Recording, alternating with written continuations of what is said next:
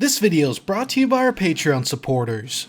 The US Navy probably has the most unique rank system in the US military. While the Army and Marine Corps eventually moved away from tying occupation with rank insignia, they're still intimately linked in the Navy. Today, we're going over the US Navy's enlisted rank and rate insignia during World War II, including details on wear, the insignia of most rates at the time, and their basic duties. I'm your host Brendan, and this is Battle Order.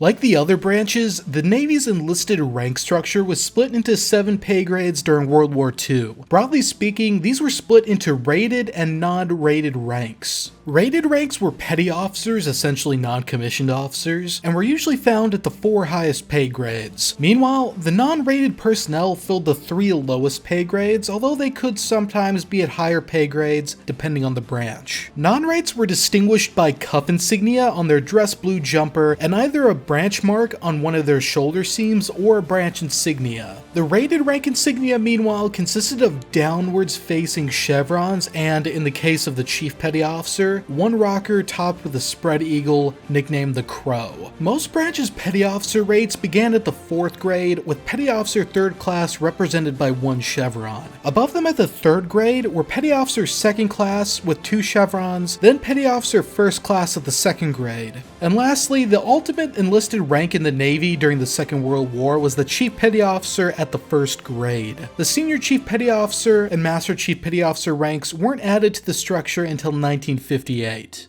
While the default chevron color was red, after 12 years of continuous good conduct, petty officers were authorized gold chevrons. Red stripes could also be then interpreted as misconduct stripes after 12 years. Their rate would then be determined by their specialty mark inset under the eagle. So for example, a sailor with a bosun's mate rating would have crossed anchors as their specialty mark, while the radioman would have 4 sparks. A quirk of the insignia was that the eagle always faced forward. Rates in the seaman branch wore their insignia on their right arm, while other branches wore theirs on the left. So the eagle would face to the right for the sailors in the seaman branch, and to the left for all the other branches. On the dress blues, the eagle and specialty mark were stitched from white fabric for most grades, except for the Chief Petty Officer, who had theirs made from silver bullion. However, this was made optional beginning in May of 1942 due to wartime conservation.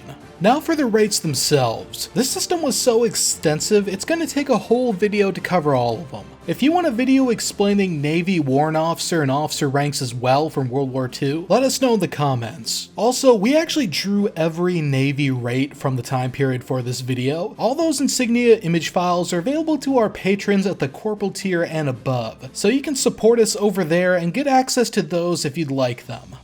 At the highest level, the Navy was split into several branches, each with multiple occupational rates. These were the Seaman Branch, Artificer Branch, including the Engine Room Force, Aviation Branch, Commissary Branch, Messman and Steward Branch, the Special Branch, and the Specialists. Starting with the Seaman Branch, most focused on seamanship and weapons. As with most of the other branches with the exception of the Messman Branch, their rank at the 7th grade was the Apprentice Seaman, distinguished by a shoulder seam mark and 1 cuff stripe. Meanwhile, its 6th and 5th grades were the Seaman 2nd class with 2 cuff stripes, and Seaman 1st class with 3 cuff stripes respectively. Petty officers from the 3rd to 1st class also wore the 3 cuff stripes of the Seaman 1st class. Then for ratings, bosun's mates were represented by crossed anchors. They were generally responsible for supervising the maintenance of the ship, rigging, steering the ship, plotting courses, and other miscellaneous duties. Generally, when a rate includes a mate, the word preceding it refers to a warrant officer title. In this case, bosuns or warrant officers. For the bosun's mates, the 4th pay grade was actually titled coxswain. This was mainly a holdover from a historical title used for the helmsman, or the sailor steering a ship or boat. For all intents and purposes at this time, they were just bosun's mates 3rd class. At the 3rd grade, the bosun's mates pipeline split into the Master-at-Arms, officially designated bosun's mates A, who had the added responsibility of security and discipline. Next, the fire fire controlmen were represented by a stereoscopic rangefinder, and were responsible for the fire control instruments that directed the ship's armaments. There were 3 specialty variants as well: the fire controlman operator, fire controlman rangefinder operator, and fire controlman submarine. Gunner's mates, meanwhile, were represented by 2 crossed barrels. They were responsible for taking charge of gun crews, maintaining guns, and handling ammunition.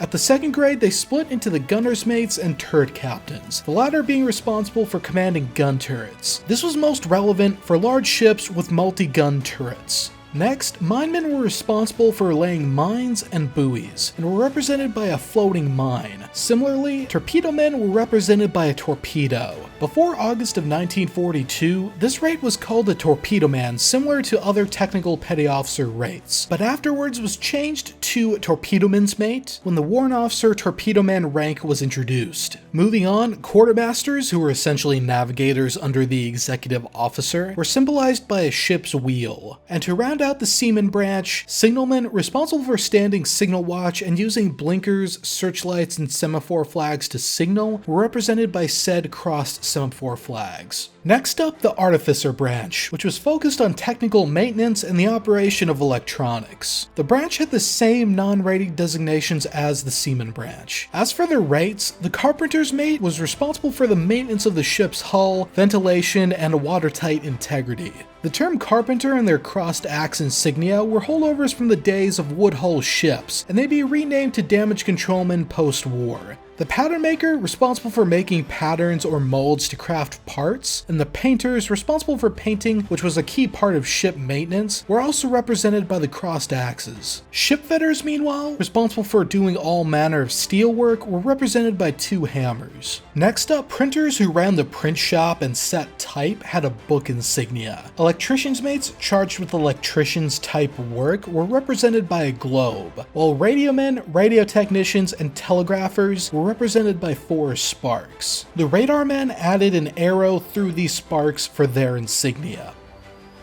Rounding out the artificer branch rates were the 3 special artificers represented by a compass. They were the special artificer D, in charge of special training devices, the special artificer I, in charge of typewriters, watches, and lens coatings on optics, and the special artificer O, responsible for maintaining telescopes, periscopes, compasses, and rangefinders. And then, as a subset of the artificer branch, there was the engine room force. At the beginning of the war, its rates were structured differently from most other branches due to the engine room jobs having been more difficult historically. As such, the non-rates extended up to the 4th pay grade rather than stopping at the 5th. This was to afford the non-rates more pay before they were advanced into the rated petty officer grades. At the 6th grade, firemen 3rd class had 1 cuff stripe and a red shoulder seam marker on their left shoulder, followed by firemen 2nd and 1st class at the 5th and 4th grades respectively. The rated grades then started at petty officer 2nd class. Boilermakers, machinist mates, and water tenders were all represented by ship propellers. Motor machinist mates, meanwhile, added an MO to this insignia.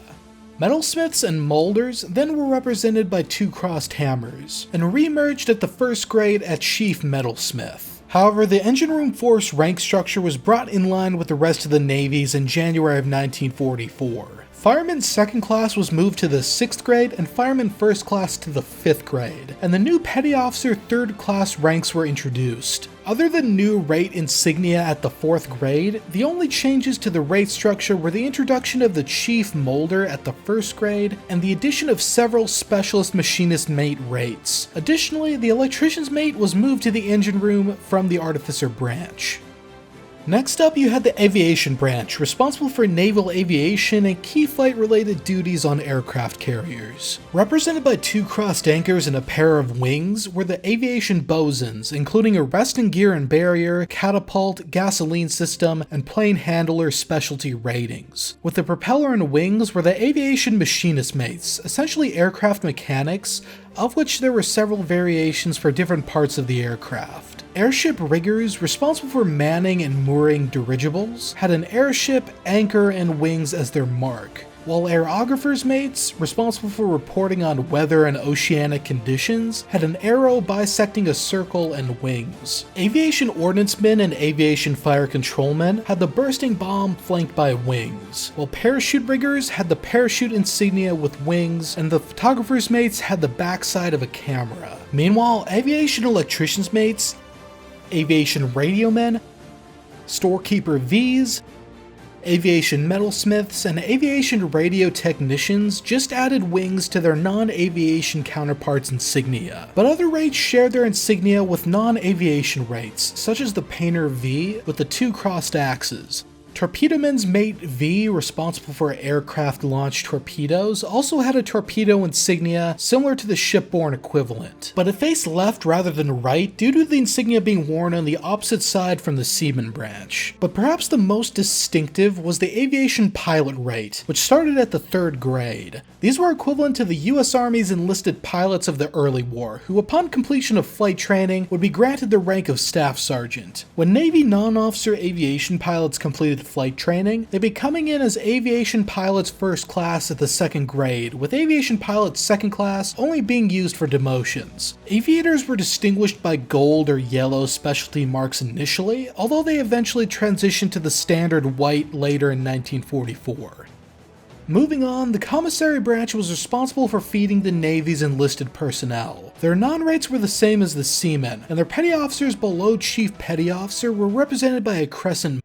These were the baker, ship's cook, and ship's cook B, who was a butcher. These pathways all converged at the Chief Petty Officer with the Chief Commissary Steward, who supervised the ship's galley. They were represented by 2 keys atop a quill pen. By contrast, the branch that fed the Navy's officers was the messman branch, which was renamed to the steward branch in February of 1943. During World War II, this branch was segregated, manned entirely by African Americans and foreign nationals recruited overseas. As a result of systemic racism, they were not extended the same privileges or status as members of the commissary branch. As such, at the beginning of the war, their rank insignia were less distinct and their pay grades did not extend up as high. Additionally, no messman or officer steward was a petty officer, so even their highest paid rate ranked lower than a white petty officer 3rd class. The 3 lowest pay grades in the messman branch at the beginning of the war were the mess attendant 3rd class, followed by the mess attendant 2nd class, and mess attendant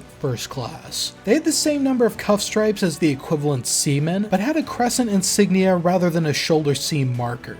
At the 4th grade, the rates split into officers' cooks and officers' stewards. As implied, the former cooked the food while the latter served tableside. These rates were represented by the crescent, starting with 1 bar underneath for the 4th grade and going up to 3 bars for the 2nd grade. Before November of 1942, there was no rate at the 1st grade, but at that time, the officer's chief cook and officer's chief steward were introduced, adding another horizontal bar. The insignia remained the same through 1943, although the branch was renamed to the steward branch. With the renaming, mess attendants were renamed to steward's mates, and the officer modifier was dropped from the higher rates. The final wartime change was the authorization of petty officer style rate insignia in June of 1944, although this did not grant petty officer status.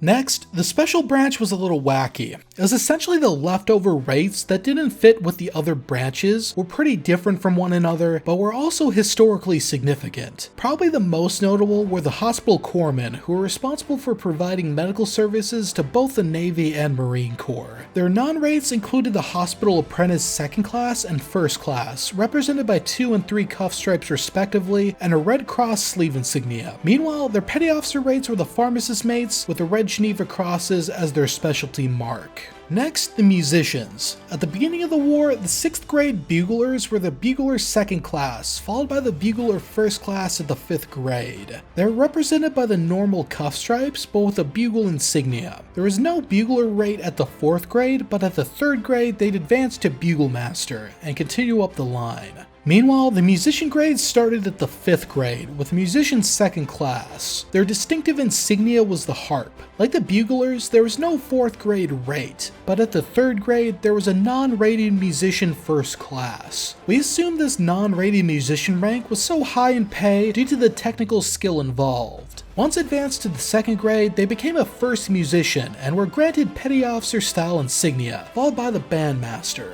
Other rates in the special branch included yeomen, who were essentially office clerks, and the storekeepers.